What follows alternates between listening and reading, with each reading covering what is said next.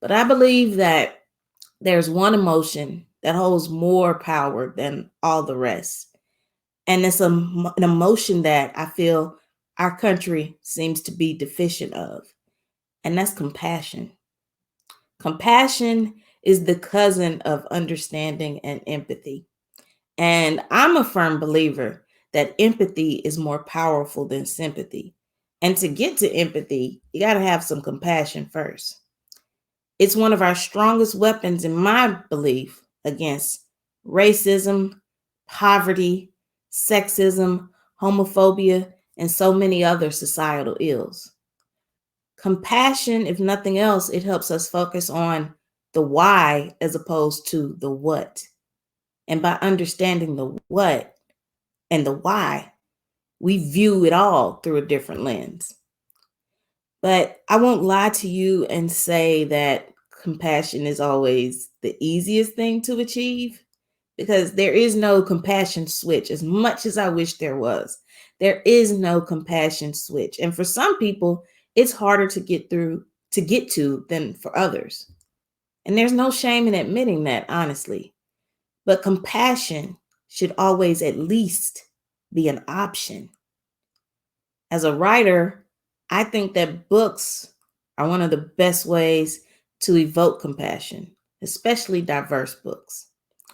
I am a huge proponent of the We Need Diverse Books movement, which tends to focus on children's books, but I think it's a message that should go beyond just kids lit.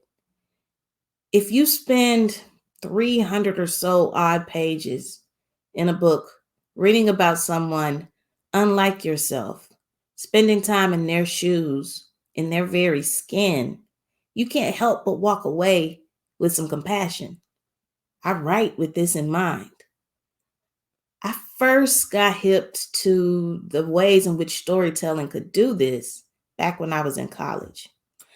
I was a lot like the main character in The Hate You Give, Star. I lived in a mostly Black poor neighborhood, and I attended a mostly white upper class private school here in conservative Mississippi. I was the first Black student to graduate from my creative writing program. That also meant I was usually the only Black student in my creative writing classes. And I often questioned whether I even belonged. I often also found myself being silent when things happened that bothered me. But there was a young man named Oscar Grant who I never knew, but lost his life in Oakland, California in 2009 at the hands of police brutality. I took his death very personally, although I had never met him, because he reminded me so much of men and young men and boys that I knew from around my community. That compassion led to me feeling anger, hurt, and frustration over his death. But while people in Oakland, California rioted and protested because they felt those same things about Oscar's death, my classmates here in Mississippi tried to justify his murder. Because he was once a drug dealer, because he once was incarcerated, that alone was reason enough for him to lose his life in their eyes.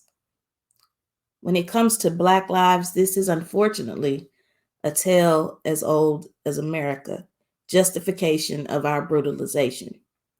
Our humanity is often stripped to fit a narrative.